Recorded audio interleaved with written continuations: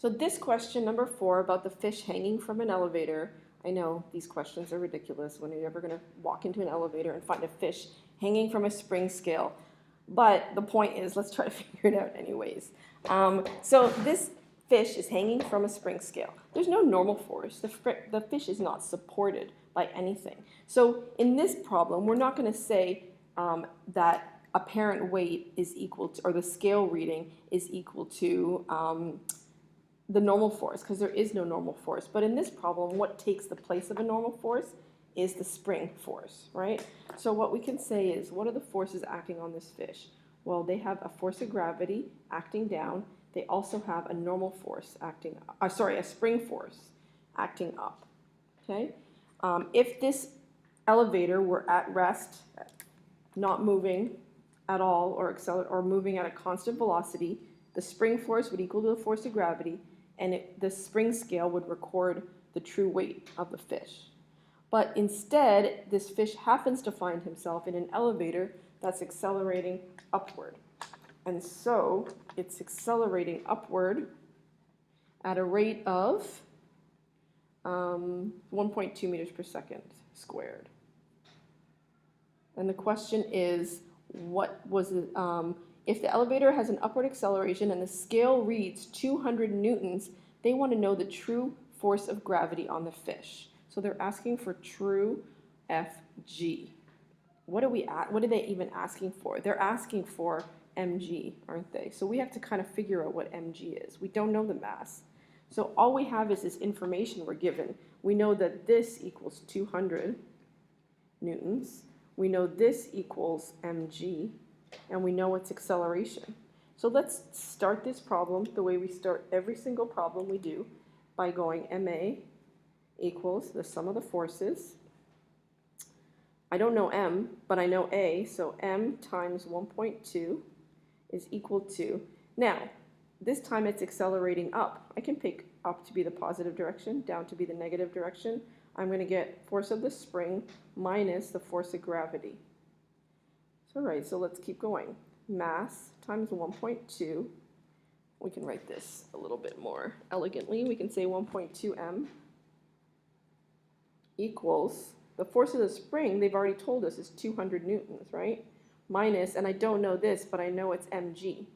mg, which basically works out to 9.8 m if you plug in what you know.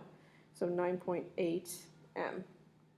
So you can see that we have this equation, and the only unknown is m. So we're going to have to figure this out. So how do you solve this kind of an equation? This is basic algebra. I'm going to bring that to the other side. So it's 1.2 m plus 9.8 m equals 200. M equals 200 divided by 1.2 plus 9.8. So we can find the mass of this object. And I can do that if I can get my calculator working. It is 200 divided by 1.2 plus 9.8.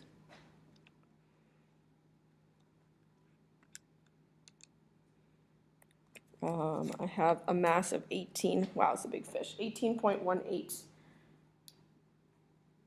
kilograms.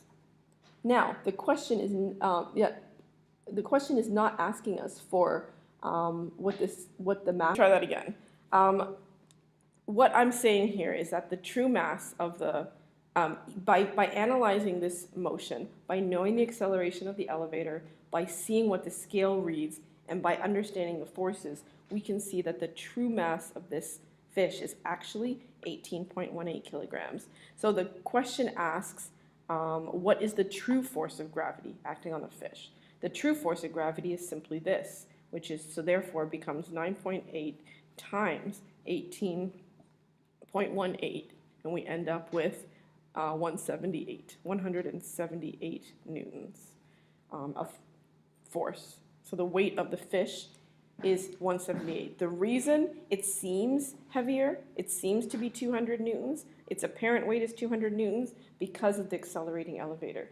The spring doesn't expect to be in an accelerating elevator, so when it is, it has a greater, it has to, not only does it have to provide a force to overcome or to hold the fish up, but it's also got to accelerate it. So that's what that 200 newtons is a combination of.